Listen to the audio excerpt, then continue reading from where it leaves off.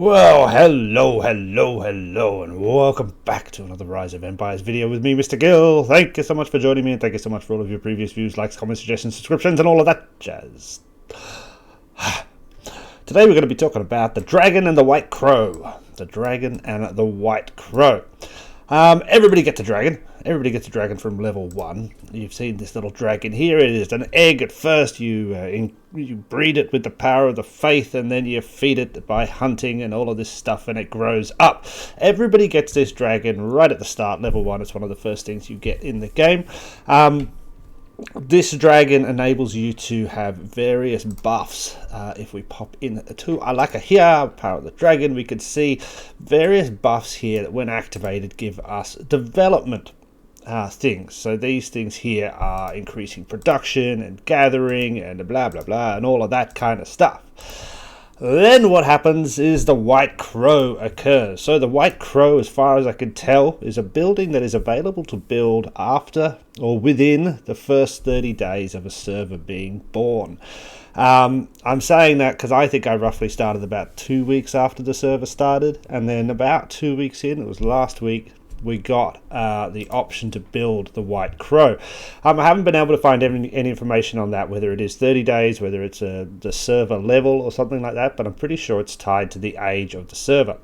Once you get the White Crow, you can build the White Crow. This building cannot be upgraded. However, within the White Crow, there are a number of things you can do that affect the dragon. Now, we will see that the dragon has a different appearance from when it first. It still sits like this, but if we pop into here, the dragon itself looks a little bit freaky now, a little bit different. And there are now a number of ways to progress, advance, upgrade, etc. the dragon. It's slightly confusing, slightly annoying. However, we shall try to explain it. The standard way is to increase the power XP. So this is the power of the dragon. This is the way that everybody remembers. This is the way that everybody has from the start of the game, is that we increase the dragon XP, which increases these buffs here by feeding it meat. We obtain that meat through hunting or attacking marauders. By feeding it meat, we increase this level here. We can see we have 100 levels. We are currently level 28. The power of the dragon XP is also gotten from the exploration. So if we go here and then we say explore, the XP that we get here is power of the dragon XP. It is not XP that can be used for other forms of the dragon, just for that form of upgrading its development buffs. Okay, everybody kind of clear with that? So the development side of the dragon, which is the power of the dragon, this thing down here, is increased through meat and through the exploration system. Cool. We then can advance the dragon. So you can see here we have T0 dragon with a couple of stars and an arrow here. We can advance and evolve this dragon, where there's 110 advancements to do. Each of these give us extra might for the dragon and skills and things like that can happen. If we click here, we can see what these skills are and what they do.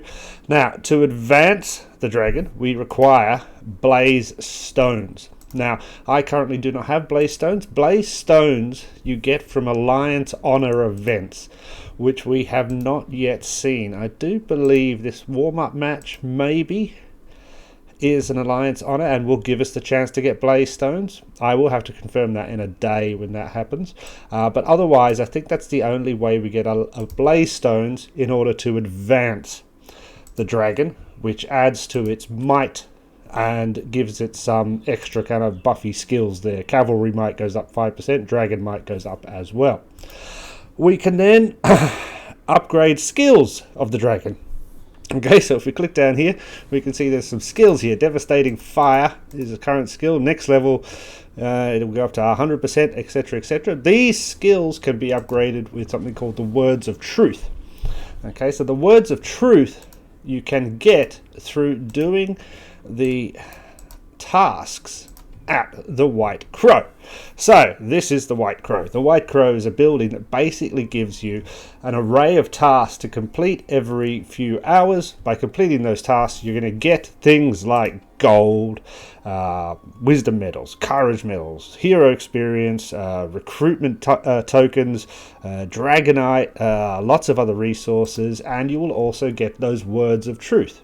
Those words of truth can then be used to upgrade the dragon skill here, and you can see we've already done one and we need another 25 in order to be able to upgrade this skill here. We can then, the last way to upgrade the dragon is with Dragon XP or Power XP or Dragon XP basically. So this is different from the power of the Dragon XP, which you get from exploring and you use to upgrade the development skills. So the power of the dragon here, this XP, this stuff here, which is either meat or is the XP you get from exploring, is different from the XP that you use here in order to upgrade the dragon to another level. Now this is the fun bit, and the cool bit is that we can increase the amount of troops in our legion, single army max. This adds to that, which is super cool, because basically it makes it a tiny training camp, which is very useful. Having lots more troops in your castles are always a good thing, so this is the one I like the most. That XP comes from completing the mini quests here in the White Crow. Now there are 4 types of quests. You can do gathering quests, you can do defeating marauders quests, you can do rescuing soldiers quests, and aiding here, that one there, aiding heroes quests. Now these reset, I think it's every 8 hours, I believe it is. You can see here 45 minutes to go. That will then be reset in the game, so game day reset. And I believe these kind of update or reset every 8 hours as well. These are relatively easy to do, and the best thing about them is they do not cost stamina. Okay, so you can do these quests without using up your stamina effectively. This is a lot of free loot.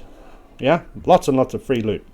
Now we can see down here we are currently level 9. Each time you do one of these quests, that'll give you a little progress through here. So we need to do 40 more quests in order to progress to level 10.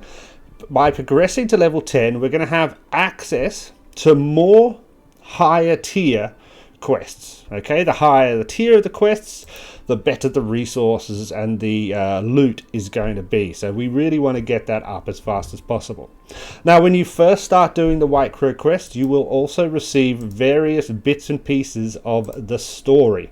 If we pop into here, we can see that throughout my original starting quests, I think it was up to about level 7 before I finished them all, we were receiving these little cards here. Each time we got one of these cards, it had a little bit of a story on it.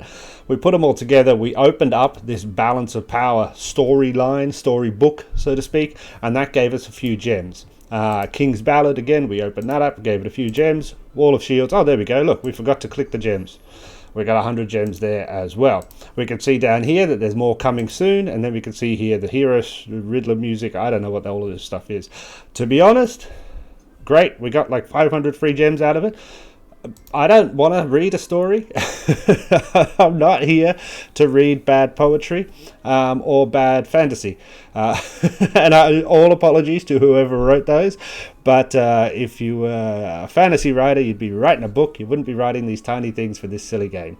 So no offense to anybody. I said all offense before. I mean, no offense meant to anybody. But look, it's great to have something else to do in the game, I guess, but I really see that I would far rather they, I don't know, did something else than change the artwork on something instead of that. That just seemed like a massive waste of time. Anyway, doing these quests is relatively easy. Let's do 1 or 2 now. The great thing, as I said, is the no stamina, so we just click on this thing. We go 2, bamity bam bam bam. Out we pop over here. You can see on the map there are these little guys now sitting around, and they've got these little quest markers on top. Now your quests are unique to you. Your allies or other players in the game cannot see your quests. They will not notice your quest markers. What happens when you actually go out is all they'll do is they'll see you going to an empty square and then coming back. They won't actually see you attacking this special quest marker in any way. We can also do this gathering one here. No, aiding heroes. Oh, that's not the one. There was a gathering one.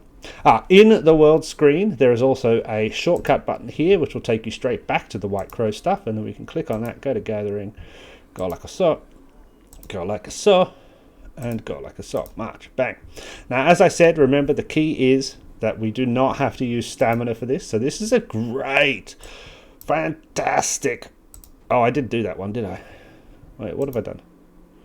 What's happening here? It seems a bit frozen up. There we go. Wait a sec. Go there. March. There we go.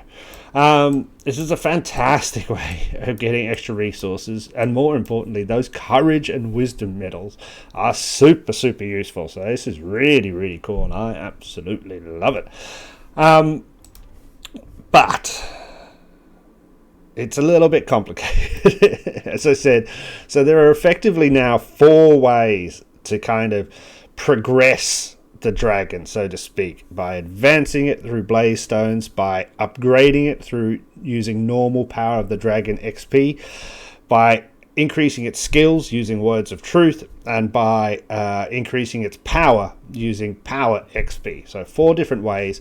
So what you need to be doing every day is exploring as much as you possibly can, feeding the dragon as much as you possibly can. Now, one thing I do remember from years back is that I counted all of the hunt opportunities in your castle.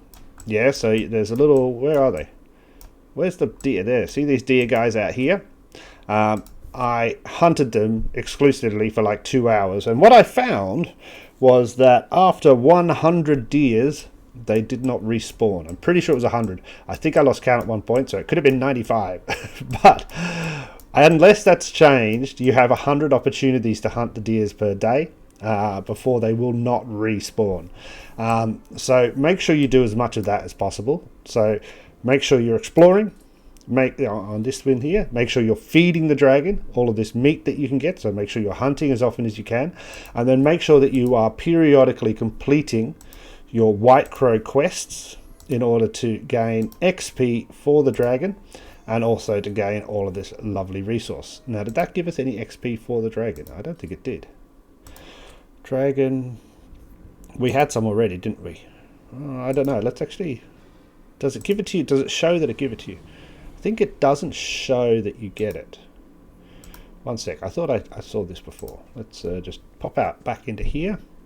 Let's go like a so. Go like a so, go to that one, go to that one, go like that, go like, oh, okay, that's why it keeps on going to this screen, because I'm clicking on the dragon bit there. Go world, go back here, go to one of these, like so, go here, go up, and go up. Cool. So let's just check if we get hero XP automatically, because in the little kind of loot table down here, it doesn't show dragon XP. That's what I meant, dragon XP, sorry, not hero XP. Now, you'll also notice that now up here in our legions, we can assign the dragon to a legion by clicking the button. That dragon is now there with that legion. It looks super cool. Blah, blah, blah, blah, blah. And it will add to the it'll add to that legion's might. Yeah, so now your dragon is a useful thing to be having with you, and it basically increases your legion's might as it goes. You can take the dragon off. Obviously, it has to be at home. It can't be marching, and you can apply it to any of your other legions as well. You will notice something here that says reflection of the dragon to be purchased. You can purchase a reflection of the dragon, and we can see it if we come back into here and go summon duplicated dragon. If we come into here, purchase the duplicated dragon, if we click on here, you will see, and this is in Swedish crowns, sorry, because the account still somehow thinks I'm in Sweden, but you can see here that we can get a non-permanent reflection of the dragon, and you can buy multiple reflections of the dragons, but they are non-permanent. You can see this lasts for 30 days. I believe that was about 30 or 40 Australian dollars when I looked at it on my other account. I don't know. But it is non-permanent. You can buy multiple, so you can assign a reflection of the dragon to each of your legions, but it is non-permanent. You can also see up here an advancement preview. So currently our dragon looks like this. Before it used to look like this, and this is still basically the one that's kind of sitting on top of the dragon altar in our castle layout. But the dragon currently looks like this, and we can advance it up to look like that, which is pretty cool. Pretty cool. We can also see a background story here. Again, stories, don't care.